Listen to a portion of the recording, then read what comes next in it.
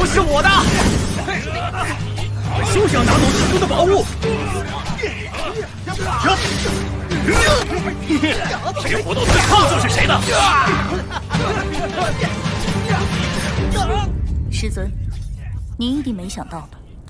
您一生征战寰宇，霸绝时代，成就了万道之师、玄军剑主之盛名，天地敬仰。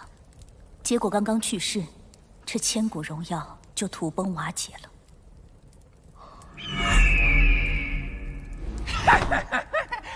荣清明练大道，自此以后，苏玄君这荣天炉归本座了。苏玄君当年在我羽化剑庭杀人夺宝，我等今日来讨债，你个孽畜也敢插足？8万年前，这金翅大鹏叩首10天10夜，只为侍奉我。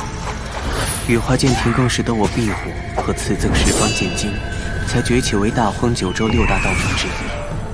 如今人心不古，不外如是。皮魔，师妹，你已经为师尊守灵7天，现在再不走，敌人就要闯进来了。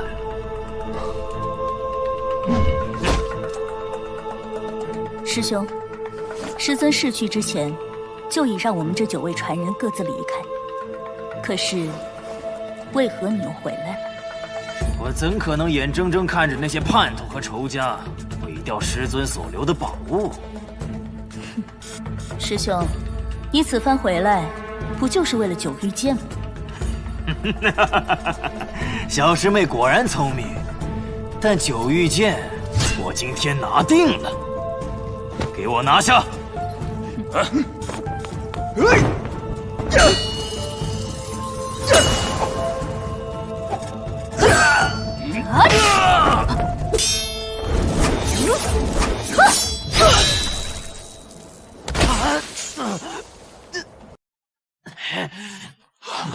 您没事吧？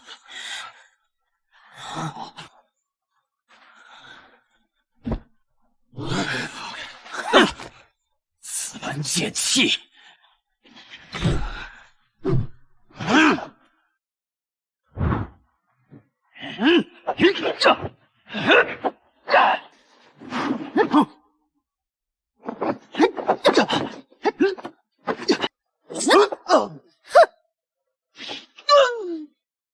我会可不止紫兰剑气。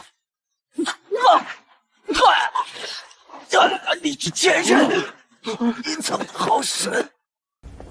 现在奉我为尊，可免一死。走，慢点。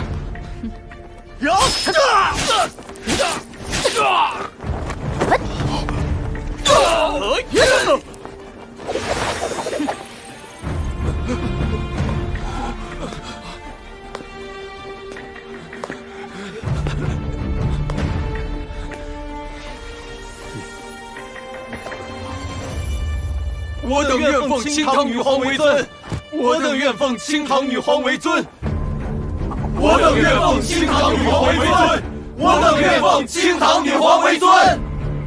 从今日起，大荒九州由我独尊。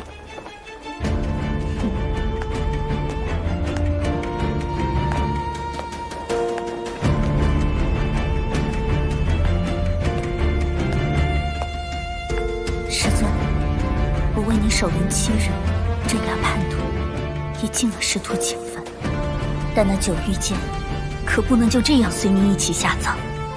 等徒儿参出此剑中的奥秘，自会归还。就别怪我打扰您安息了。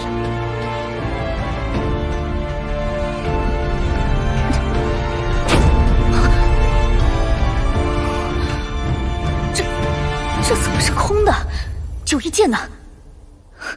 不对呀，苏玄君也不在里面，怎么会？怎么？啊！这九玉剑，没料到吧，我的好徒啊，吃不吃惊，意不意外？但愿当我归来时，你们都还好好活着。大荒历108000年，独尊大荒九州一个时代的玄军剑主苏玄君陨落于世，九州共振。苏毅，你个死赘婿，在哪儿呢？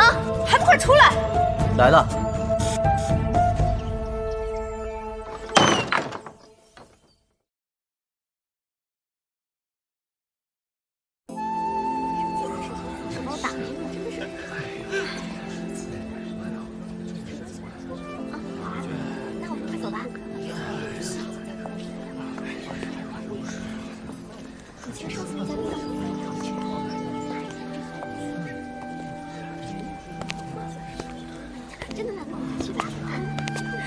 哎，你看，那就是苏毅。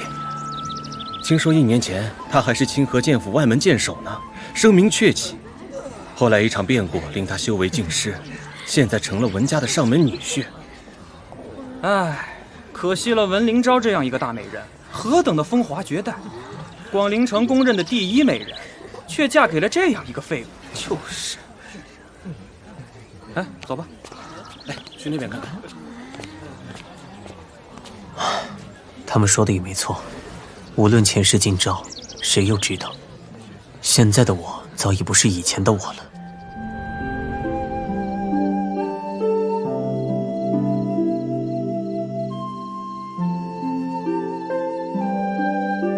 明日便是论剑试炼了，只要今晚晋升聚气境，我一定可以通过试炼成为内门弟子，争取清河剑府的支持。母亲，我已在清河剑府修炼3年，现在终于有能力查明是谁杀害了你。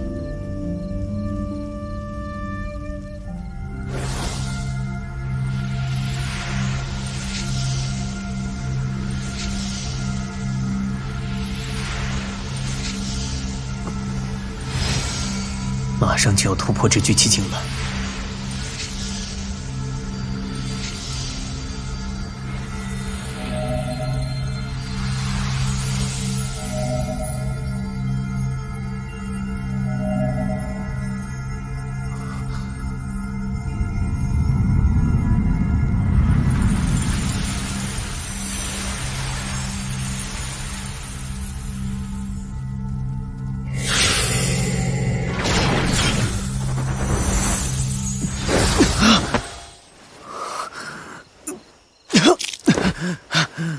九玉剑的再现，令我修为尽失，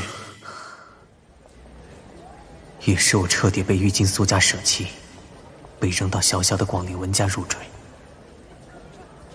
1年来，我持续修炼，虽然灵气尽数被九玉剑吸收，但累积的灵气仅冲开了第1层封印，我也恢复了前世的记忆。哎，快看，是文凌雪！真美啊！不愧是咱们松林剑府的冰山美人。对呀，而且天赋出众，才刚1年级就被称作绝色奇才。不知道得是什么人才能博他一笑呢？但肯定不是他这个文家赘婿啊。听说赘婿成婚当晚，文家大小姐就离家出走了，太丢脸了。哼，小丫头出落得愈发水灵了。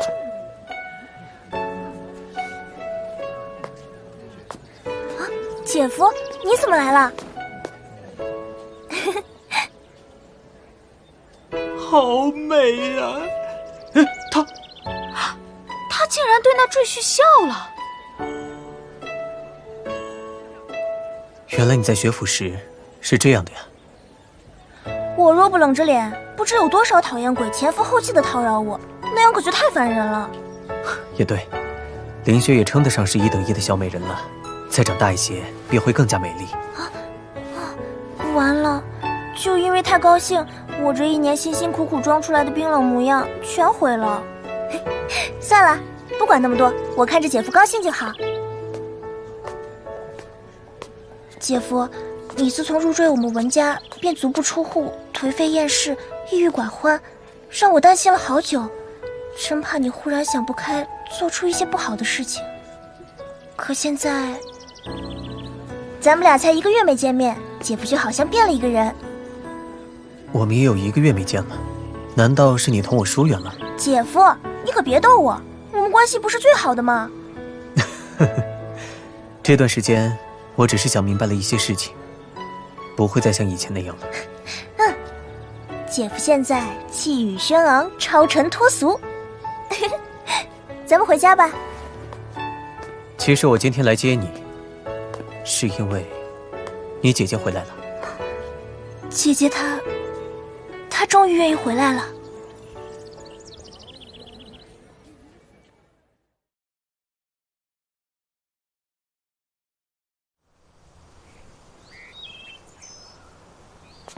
你这个吃白饭的，干啥不行，只是让你接凌雪放学而已，竟然这么晚才回来。娘，是我放学晚了，耽误了时间。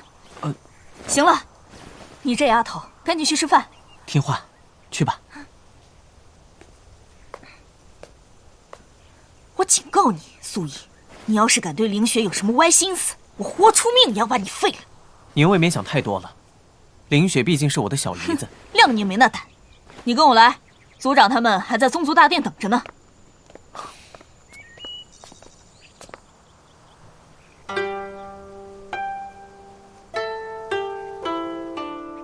这可是文家天大的喜事啊！是啊，好样的，昭儿。这可真是大好事。是啊，是啊，在那边也一定要刻苦修行啊。这一次文林昭小姐可真是太厉害了。对呀，对呀，这可真是为我们文家争光呢。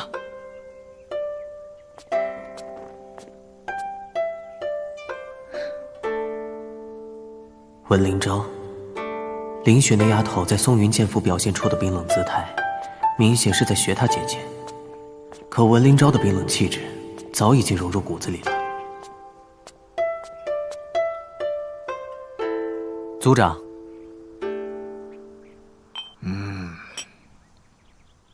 苏毅，这次找你前来是有事要告诉你。灵昭天赋惊艳，在清河剑府修行，有幸被一位大人物看中。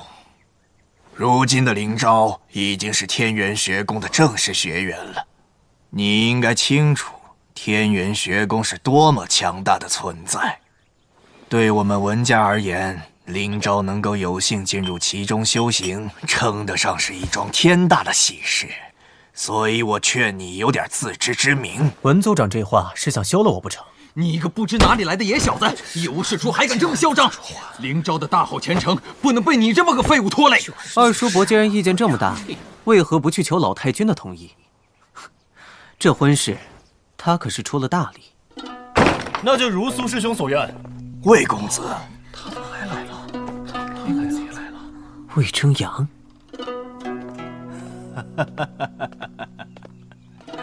哎呀，我们本打算让苏毅去拜见您的，您怎么亲自来了？真是让我们受宠若惊啊！来，快请坐。坐。文族长客气了，我只是迫不及待想再见见苏师兄。原来魏师弟这么想我。毕竟谁也没想到，当年清河剑府外门剑手，一眨眼间会修为尽失，跌落凡尘。这不是当年的事吗？怎么又提起来了？看来魏师弟是忘了以前的教训，要不我帮你回忆回忆。苏毅，哼，你以为现在还能压我一头吗？我来只为2件事：一，明天我会和灵昭一起前往天元学宫中修行，你放心，我会好好照顾灵昭姑娘的，保证不让她受到半点委屈。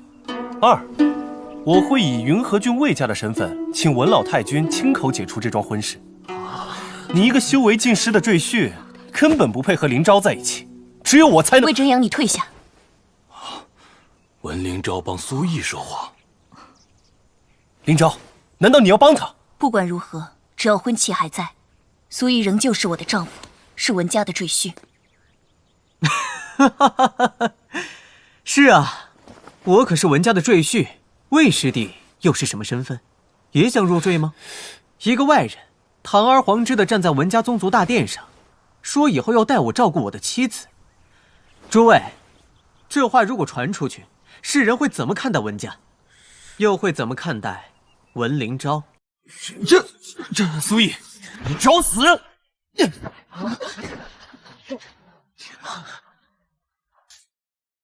魏公子，文家大殿岂是随你动手的地方？苏毅，我护你，是因为今日你仍是我的丈夫，但日后我会用实力和行动去解除我们的婚姻。这可如何是好？现在怎么办？这会不会得罪了魏家？我文灵昭的人生，谁也别想左右。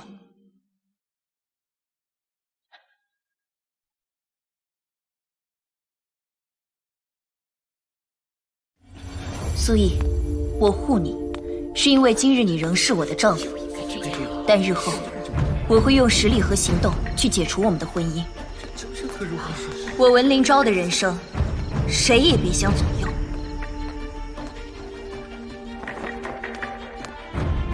诸位慢聊，我也累了，先回房休息了。苏毅，你给我站住！魏师弟，谨言慎行才是处世之道，劝你好自为之。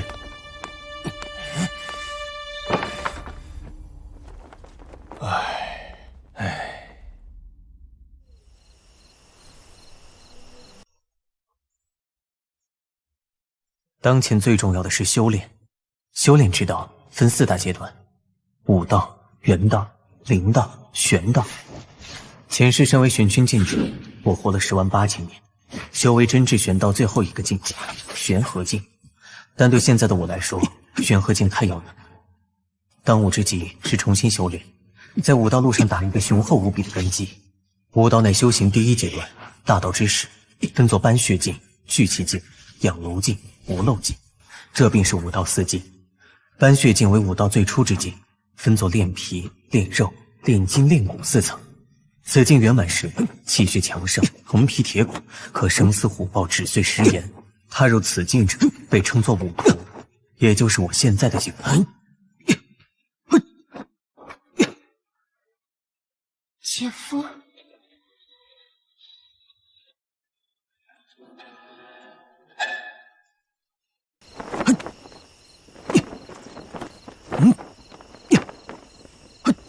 大荒九州第1筑基法，9招18式。可现在只演练3遍而已，就出了一身大汗。果然17岁已经错过了锤炼武道的最佳时期。如果能寻个灵气汇聚的地方修炼，便能事半功倍。再寻觅一些天材地宝，最多3月就有把握突破武道，迈入元道修行之路。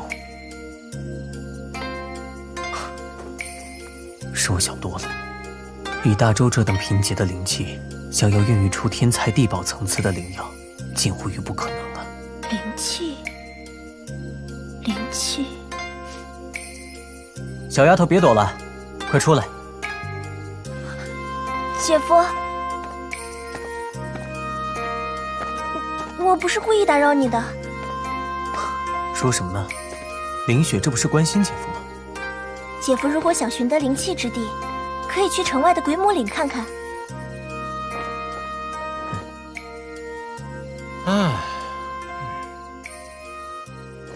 丫头，赶快回屋，免得引起误会。哦，好的，姐夫。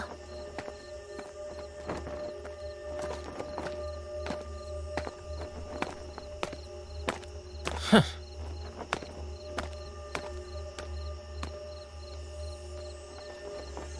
鬼母岭。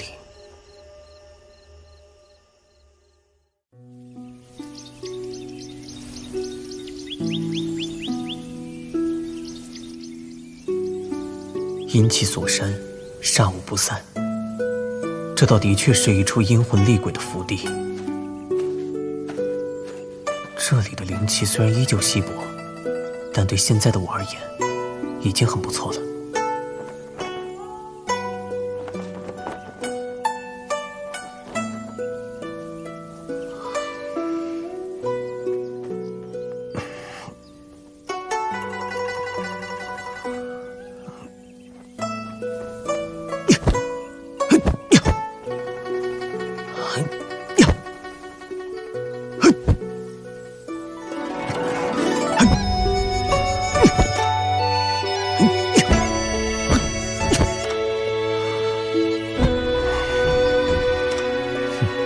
好，果然和在文家修炼时不一样，不愧是大荒九州第一种技法。此法乃我前世好友公爷池所创，此人霸天绝地，武道通神，虽自称一介武夫，但却是世间强者仰望的绝世武皇。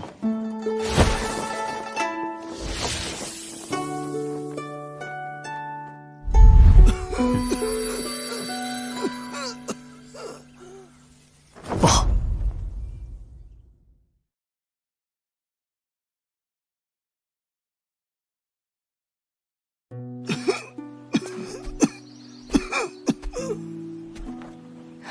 你是谁？鬼鬼祟祟。子锦，不要失礼。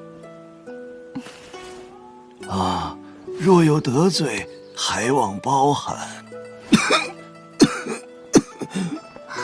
爷爷，您都伤成这样了，别再说话了。等回城了，我找最好的医师为您疗伤。啊，晚辈姓苏，这种伤势，寻常医师可救不了。若继续耽搁下去，不出3日，必有死无生。你好大的胆子，竟敢诅咒我爷爷死！子锦，这位公子说的不错，爷爷的伤几乎已无药可救了。爷爷，我绝不会让您出事的，我这就带您回云河郡城。生死之事天注定，我早已看淡了。只是请问苏公子是如何看出老朽身上的伤势的？眉间带鲜红之煞，脸色煞白无血，肺腑受阴毒入侵，再加上身上萦绕着的一缕缕阴寒湿气，若我猜测不错，你们之前在鬼母岭碰到了6绝阴尸。好眼力！能看出这点并不算什么，我甚至敢肯定，你们是为了采撷6阴草和吉阳花而来。你怎么知道？凡是6绝阴尸出没之地，必孕育有6阴草。这种灵药极寒极阴，所谓孤阴不长，孤阳不生。有6阴草生长之地，则必有吉阳花相伴。姑娘，你难道不知道？你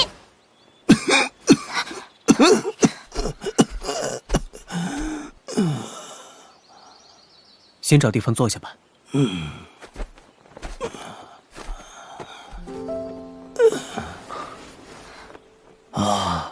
敢问苏公子还看出了些什么？以爷爷的身份，搁在云河郡19城，谁担得起爷爷的攻守已尽？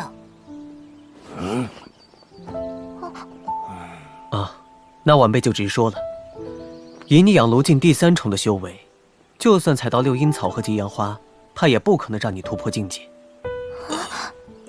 或者说，你应该早已料到，以你现在的年龄和根基，凭借寻常修炼手段，根本无法让你在武道上更进一步。于是决定以这2种灵药的力量，强行破境，对吗？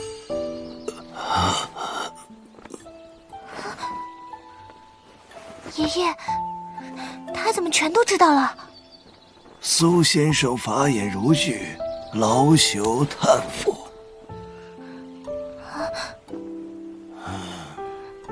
先生，您既能看出我爷爷的伤势，一定也有办法救治我爷爷的伤吧？那是自然。老朽萧天阙，在这云河郡也算有点小小名头。只要苏先生能治好我的伤，我必不忘先生救命之恩。对你们而言，称得上救命之恩；对我而言，却是小事一桩。这样吧，随便给我一点诊金便可。什么？有问题？没有，我只是没想到居然会这么容易。丫头，苏先生何等人物，之所以如此，是不想让我们欠下人情。原来如此。苏先生，这1万两银票还请您收下。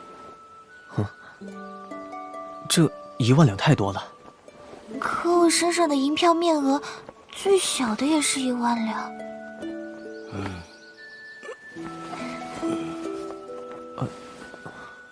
对世间寻常百姓而言，1万两的确堪称巨款，可对我而言并不算什么，也远远抵不上我心中的感激，还请您务必收下。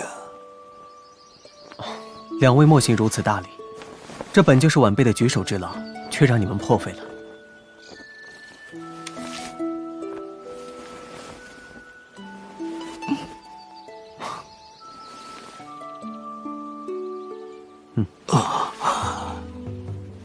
多谢苏先生赠方。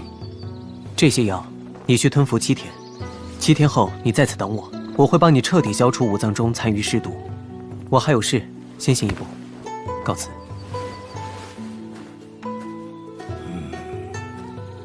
看其行事，真乃神人风采。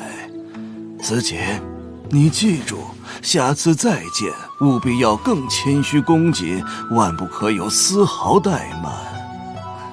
爷爷您放心，我全都记下了。归母岭之行，能遇此高人指点迷津，赠我药方，我何其之幸啊！哎呦，糊涂啊！我刚才竟忘记问那位苏先生的名号了。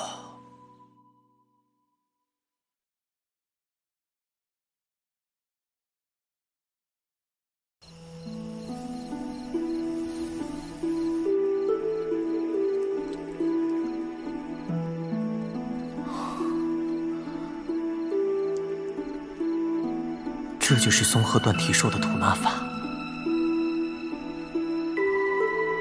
这1万两银子来的倒是及时，50余种珍贵药草熬制2个时辰的药汤，果然不一样。今日一药愈淬体，不到1天的时间，我那斑血镜初期的根基已得到彻底的稳固。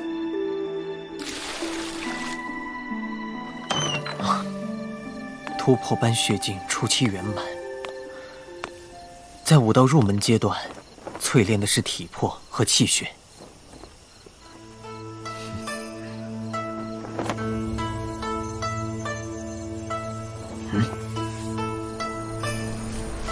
用在战斗中，则体现在对力量的精妙运用上。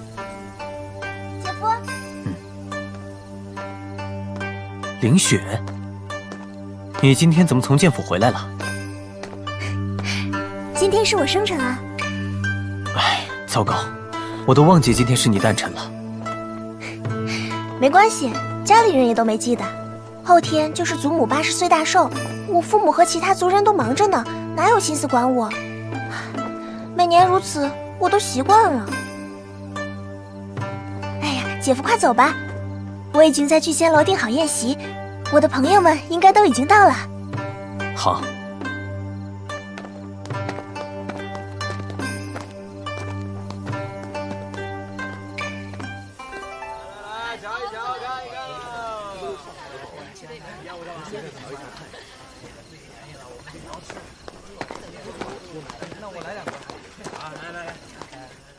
今天真生很多礼物来了吗？有啊，你带的是啊，文丽雪来了。来了吗？等你老半天了。就是啊，寿星登场。今天可太美了，气色真好，生辰快乐，太好看了。寿星。凌雪，你今天可真漂亮。这是我特意为你准备的礼物，祝你早日考进清河剑府。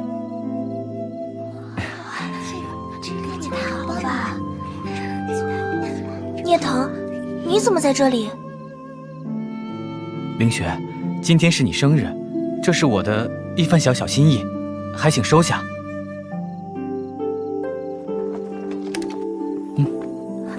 哇，紫鸾振翅玉簪，仅仅是此玉本身就价值300金。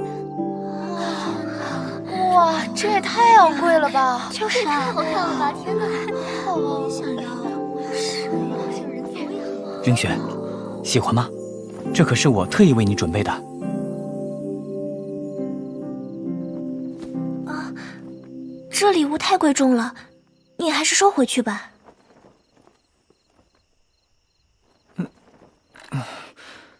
凌雪，我并不是想给你压力，这只是我对你诚心的祝愿。难道你连我的祝福都要拒绝吗？既然知道会造成压力，挑理的时候就该好好斟酌。素叶，既然你这么说，那你这个做姐夫的又送了什么礼物给凌雪？聂腾，你别多管闲事，真是让人讨厌。我确实忘了凌雪的生日，没来得及提前准备。不过，等今晚回家就去弥补。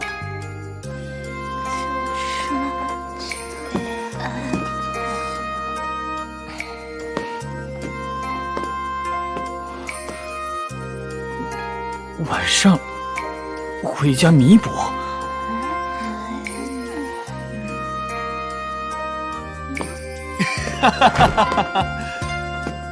我听说凌雪在这里过生日。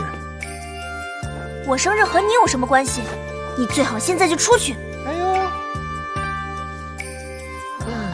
怎么他才来了？就是啊，他在这干嘛？怎么就没关系？我把你娶回去，不就有关系了？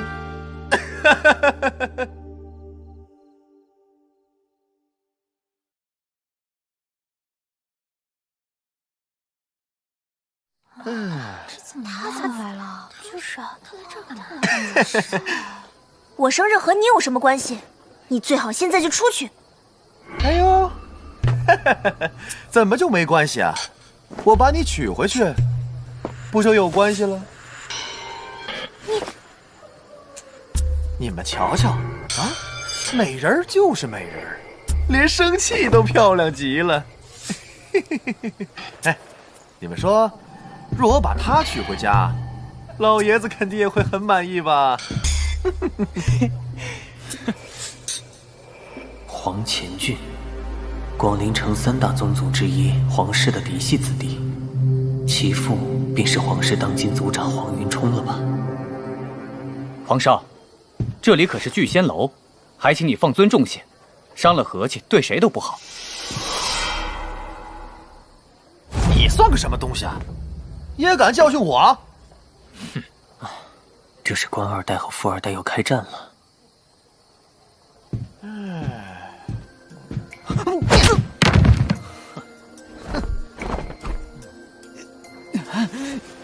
可恶！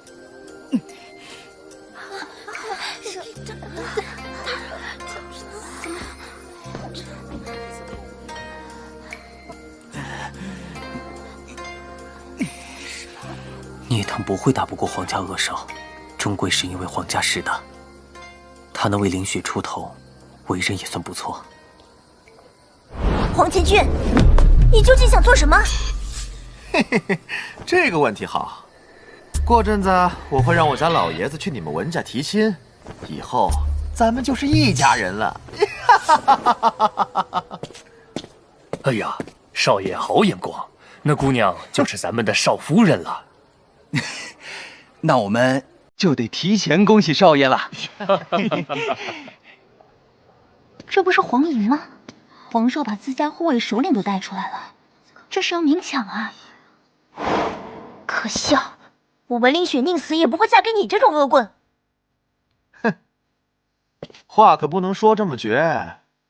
你姐姐文灵昭何等耀眼，哼，可最后不也嫁给他这样的废物吗？宗族联姻从来不是你我这样的小辈说了算。哼，文凌雪，我劝你最好有心理准备，不出1个月，我黄家必让你们文家答应把你嫁给我。放心，这样的事情不会发生在你身上。姐夫，这场聚会已了无趣味，我带你回家好不好？嗯，可是姐夫，他们……哼，放心，交给我。啊？你刚才说什么？要带着凌雪从这里离开？哼，苏叶，你个废物啊！说什么瞎话呢？来人，让他知道自己几斤几两。姐夫，快躲！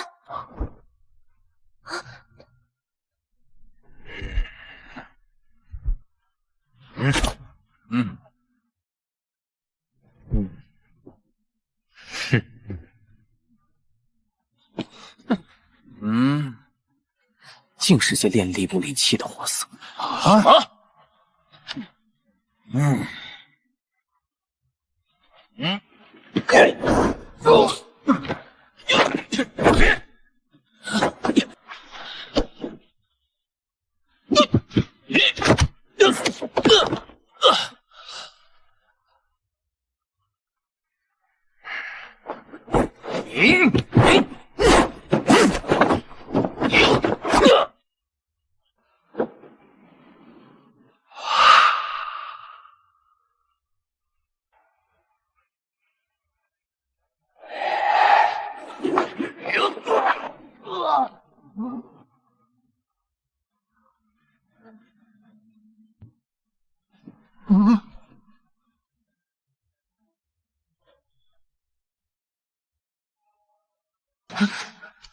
无能的赘婿竟然恢复了武力。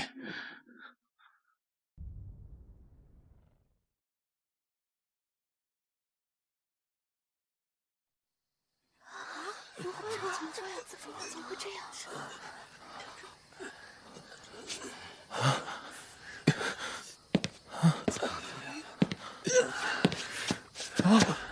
你刚才说要弄死我，苏叶，你就是一个地位卑贱的赘婿，而我是皇室一族的嫡系子弟。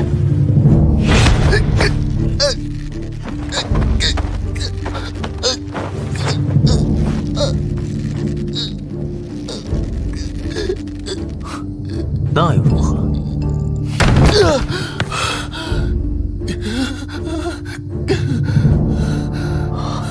黄前俊这跋扈狠厉的纨绔，竟然被直接吓尿了。朋友，还请手下留情。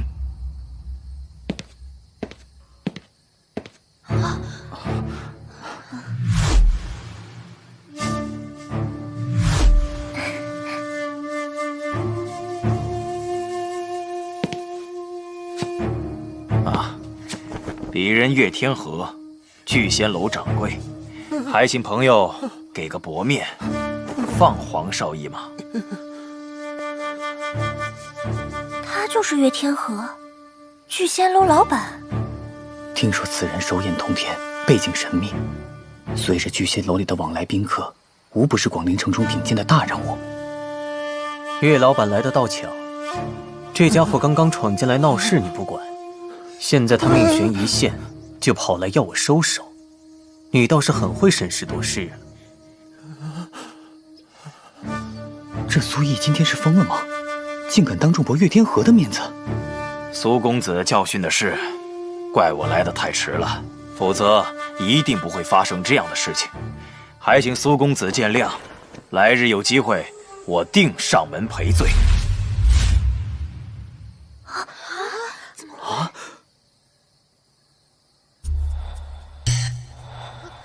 发生什么事了？以岳天河在广陵城的地位，根本不用如此低姿态。这形势，我有些看不懂呢。赔罪不至于，毕竟这件事和你无关。但我劝你不要自找麻烦，引火上身。传闻有误，苏毅这小子不简单呢。少年热血，可狂可莽。日后你若要报复我，便尽管来，只要你担得住这后果。凌雪，咱们走吧。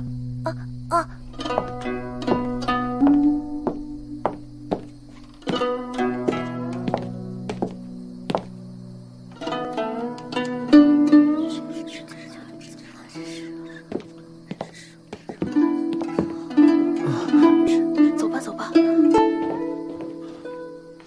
告辞。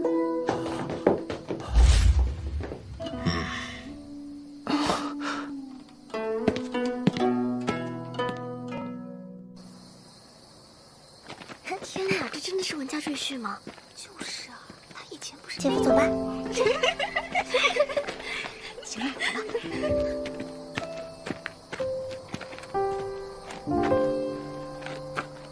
苏毅，这个人情我会还的。唉，不愧是当年清河剑府外门剑手，广陵城所有人都低估了他呀。哎，岳叔叔，您和我父亲可是老朋友，我都被欺负成这样了，您为何不出手拿下他？唉，贤侄，我可惹不起这样的麻烦。依我看，这件事你还得去找你父亲解决。没想到，岳叔叔您竟然是这种胆小怕事的人，连一个文家赘婿都不敢得罪。刚才的话，就当我没说。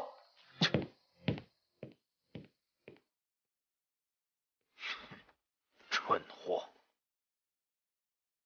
我脑子糊涂了，才掺和进这趟浑水。不过，传闻中那苏毅不是修为尽失了吗？卖包子喽！晨练果然让人神清气爽。苏公子，我家大人有请。去哪里？聚仙楼。走吧。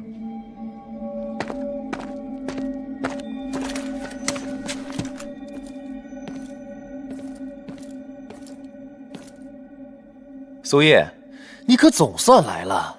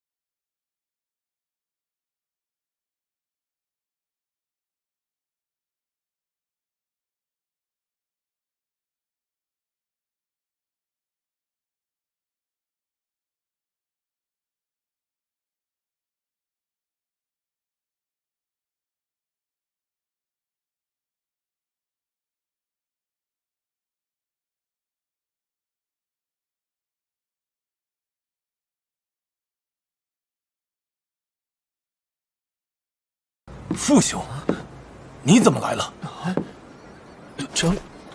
城主大人，父兄，这苏毅不过一个清河剑府的弃徒，以你之尊，为何要帮他出头啊？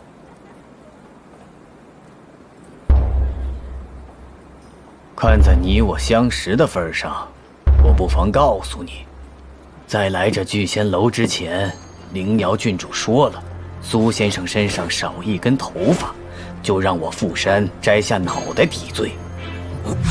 您说他是灵瑶郡主的朋友？啊，苏先生，您看此事该当如何解决？唉，我也懒得想什么折磨人的法子，不如就依你之前所言，只要你一路想逃的磕出去，再让你这护卫首领自断一只手，此事也就算了。什么？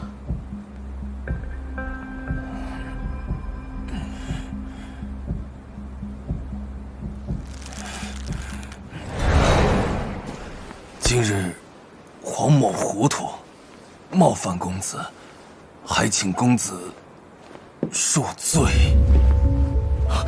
父亲，今日的事全怪我挑唆，我来磕头，我来磕头。公子，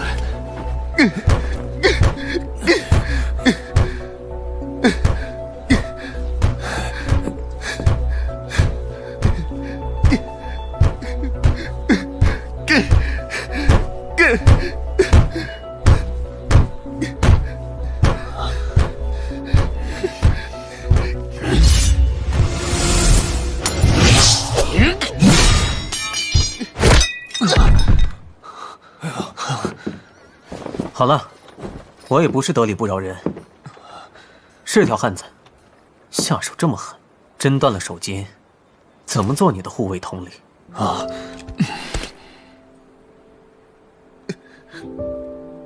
至于你，固然纨绔跋扈，孝心确实难得。看这份上，这件事到此为止吧。多谢苏公子手下留情。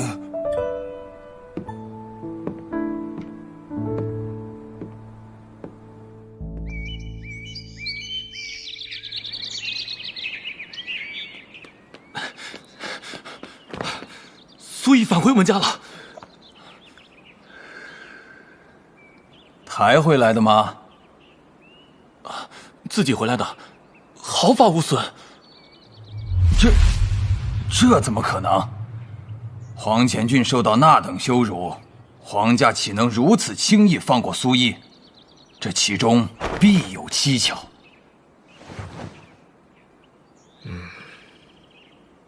大哥，这算了，和明天老太君寿宴相比，他苏毅是生是死，又算个屁！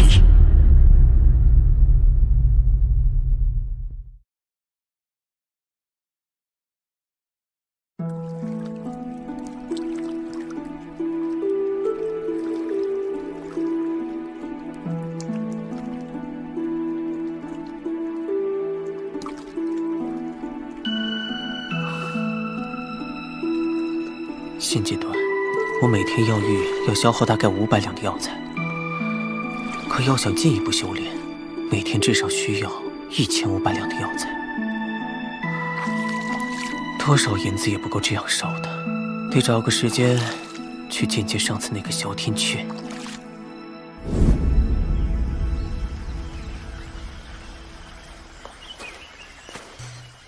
老朽见过苏先生。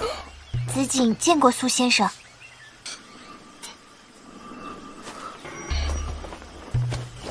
两位想必已知道我的身份，干嘛还这样尊敬我？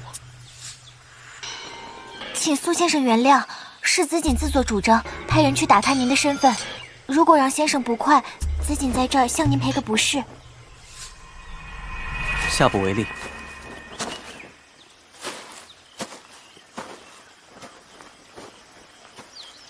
世俗中的人都喜欢以一时的身份论高低，却不知英雄起阡陌。正如苏先生这等谪仙高人，不能以一时而论。客套话就免了吧。依先生看，我这伤势，你的伤倒是不难办。现在我就有2种办法：一是我再给你开个药方，不出10日就能治好。只是这样，你这一辈子就再没机会与武道上更进一步了。啊，敢问苏先生，这第2呢？2嘛，你得先将所修的功法告诉我。这有什么难？不瞒苏先生，我所修炼的是我兰陵萧氏的祖传功法，名字叫金兰诀。爷爷，金兰诀是家族秘法，从来只传嫡系子弟，不可外传啊！若是让宗族知道，这……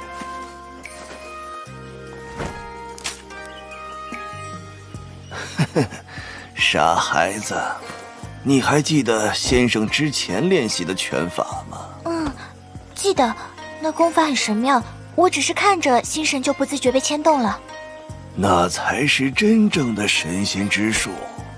苏先生心胸开阔，在这人来人往之处也毫不藏私，只怕这金兰诀还入不了苏先生的眼呢。一门筑基功法而已，没什么值得说到的。这金兰诀在下是口述，还是誊写下来，命人送到先生府上？罢了，字字句句看下来实在麻烦，不如你运功1周天我看看，也是一样的。哦，便如先生所言。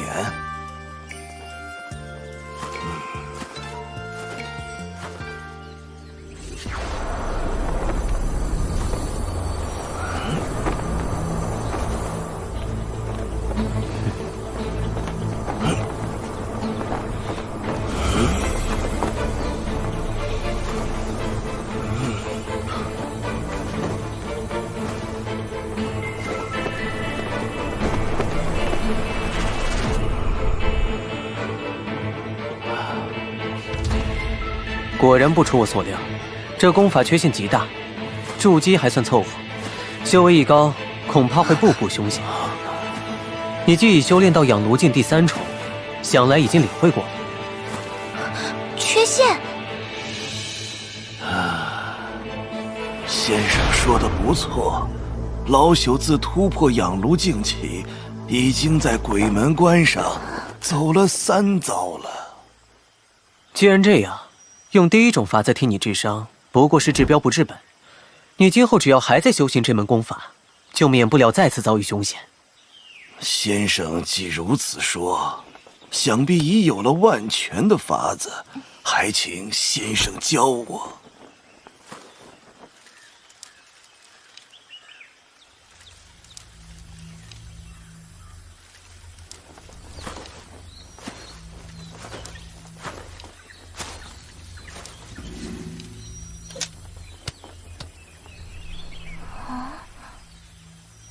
这不正是金兰诀的心法吗？